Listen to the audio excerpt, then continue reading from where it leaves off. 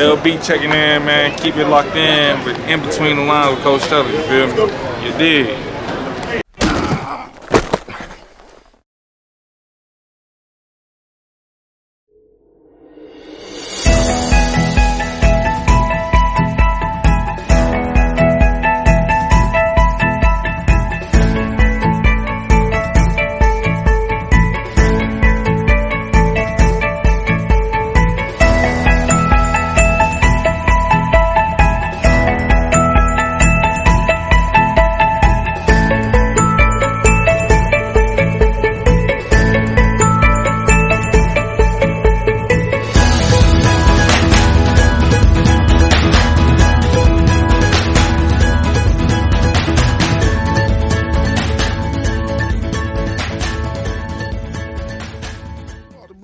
We're going to move right along to our Stella stock report. These are the players who been raising their stock by they play on the field. Who we got this week, Coach? And like L said, every week we only talk about good money. We don't talk about no bad money. So this week, I added another one. So we got 5 players, all right? Our first player, Minner, senior, offensive tackle, Landry Burdee, 6'6", 295 pounds. He's committed to NC State right now. Just got Ohio State offer a couple weeks ago. First time seeing him in person. Big, long, offensive tackle prospect. Plays with the right amount of nasty that you want from an offensive lineman. Most offensive linemen, they're all smart, so I know he has a high IQ. The kid really impressed me with his first step out of his stance, whether he's pulling or whether he's pass setting. For a kid that big, he got a quick first step. When he's pulling, it's a train on the tracks. Hopefully you ain't on the tracks. Because you know what happened if you're on the tracks when the train coming through, it ain't going to end up good for you. The kid is continually to get better in his pass pro. When he gets his hands on you, it's over. Lights out. Like, you know what I mean? It's a wrap. And really, he taking his game to another level. We got to see him up close play against Austin Atkins, Braylon Daly, Storm Miller, even though he playing linebacker, get to play against a very, very talented front seven. And the kid was dominant, man. So continue to do your thing. He was already a Tier 3 forward recruit. He's definitely a Tier 4 recruit now. He may enter into Tier 5.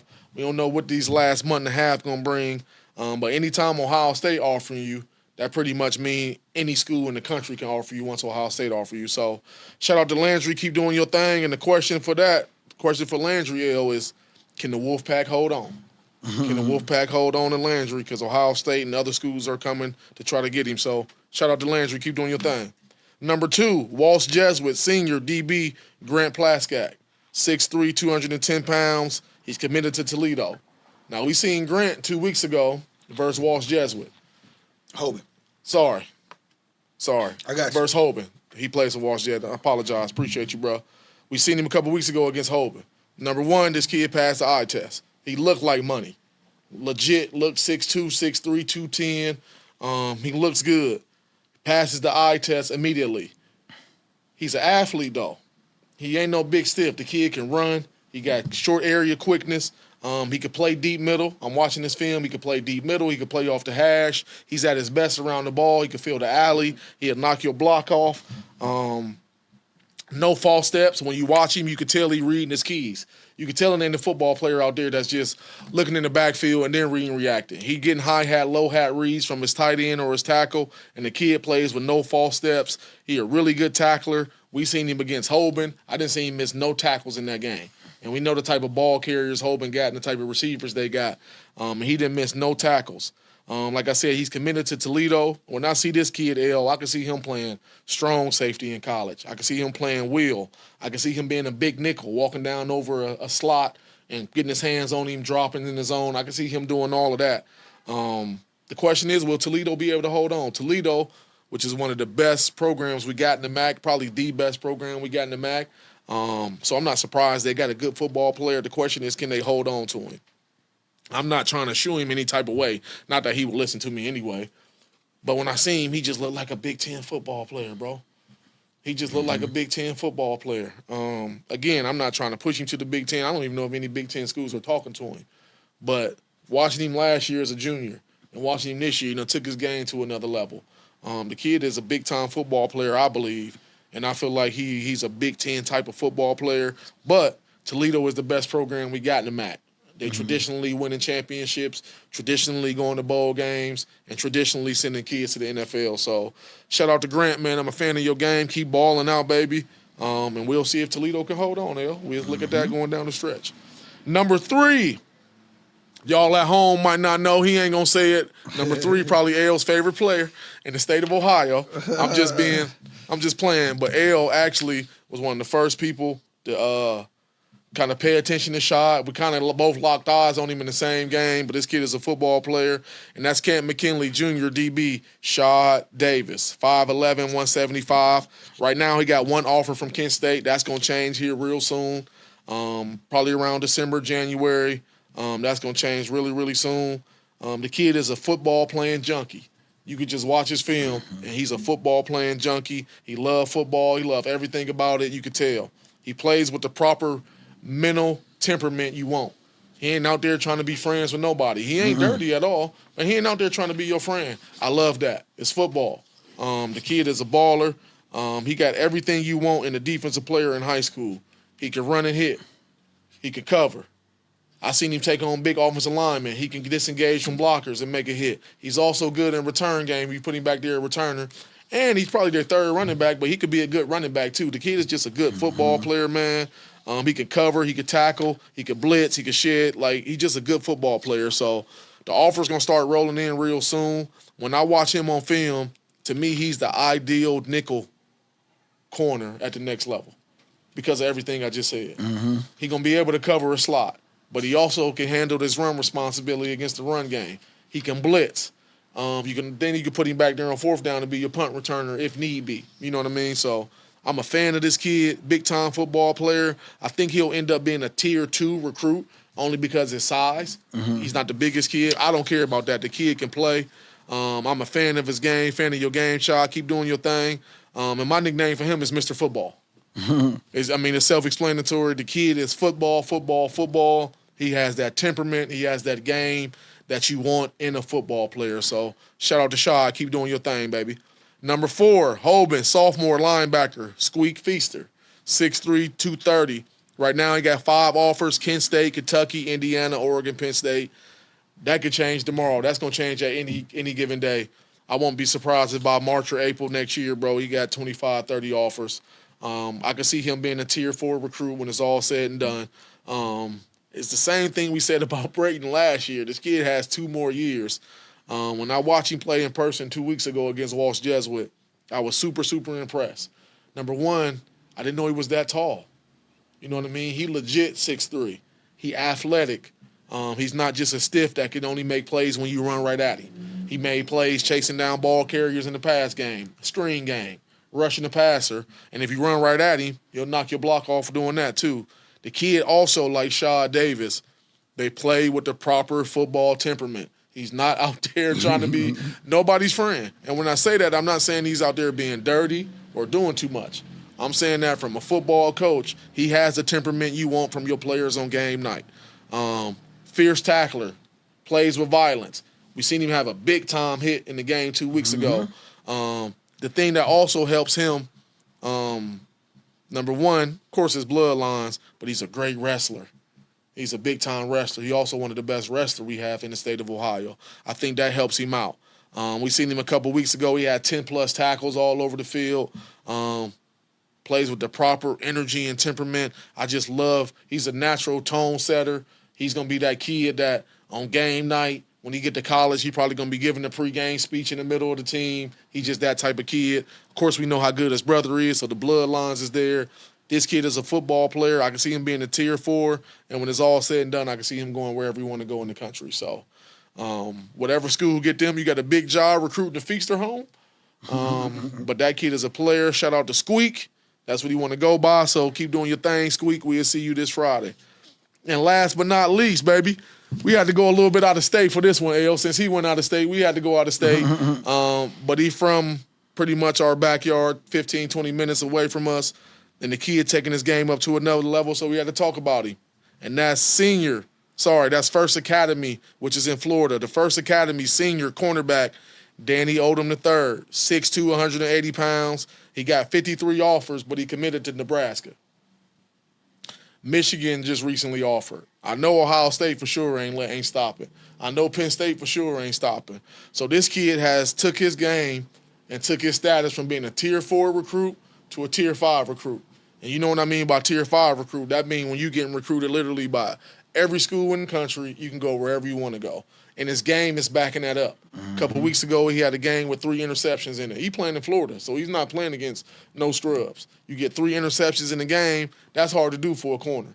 Because most of the time, once you get one in high school, they ain't going to throw you away again. You know what I mean? But he's privileged to play with some other good players on his team, so you can't kind of just shy away from him all game. And he made them pay when they went his way. The kid is long, athletic. He got a receiver background. You see that when he playing corner. If he's in position when the ball is in the air, he's turning into the receiver, you might as well write it down as an interception. He coming down with the ball. At the next level, I see him as the perfect boundary corner. To the people at home, what did that mean, boundary? That means playing to the short side of the field. Why? Because to the short side of the field where the offense normally put their number 1 receiver.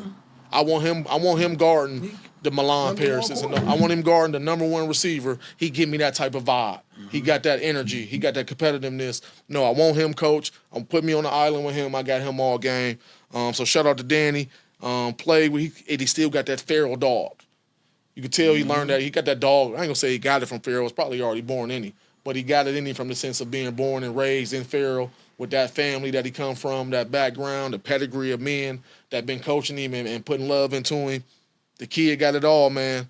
The kid got it all. He could change his family's life, hell. And, we rooting for him here. We ain't got to say that. But my last statement is I won't be surprised because even with the 2026 class, before they done with them, they'll still reevaluate them and re-rank them. I won't be surprised if he end up moving into the top 50 or pushing for 5-star status. The kid he's having that type of year, and he just carrying that momentum from the summertime into his senior year. So shout out to Danny Odom, man, the third. Keep doing your thing, baby. You know it's all love here. And that's the Stella stock report, baby. That's everybody making that money. Man, I like this list. I like this list a lot, man. There's a lot of DBs on there. You know what I'm saying? Holding it down. Yeah. You know what I'm saying? I ain't want to go offense heavy, man. We got to show them guys some love, for sure, man. We'll start out. I'm just going to caveat on a few of those things. Yep. Graham Blasek, he kind of reminded me of like Danny English for a couple years ago, like just the way. Canfield. Yep. The way he. Mm-hmm. His physicality. Yep. You know what you're getting. You know what you're getting when he walk on the field. He looked like it and he played like the same way. You know my guy, Shad Davis. You watch. We get to sit in those end zones and you get to see these guys up close and you get to see how they compete. Mm-hmm. You get to see how they compete, and he jump off the field when you watch how he compete. Yeah. We got to see him where they was losing, and he was a sophomore. Right. And that was the part that stuck out. Being a young kid, getting in the road, hostile environment, losing, and he competing. He coming up. He still hitting. He hitting hard. Yep. He letting them know he ain't going nowhere. So shout out Shad, man. Keep doing. Don't change, Shad. For sure. Big fan of your game. Keep bringing that energy. Like what you doing over there. The right type of crazy. Brighton Feaster. Yep. That's how I describe him. He the right type of crazy. Yeah. If you one of them, you know those kids, those football players that just walk around kind of bouncing with their mouthpiece out the side of their chewing on their mouthpiece, and then but once they strap that helmet on, and they about to start popping plastic. Man. They about to start flying around. They would call it reckless abandonment, but it's controlled chaos. Yeah. It's really controlled chaos. He hitting them. He hitting hard. He's not an undisciplined player at all. He hitting hard. He having fun. He having fun. He playing the game fast. He playing the game physical.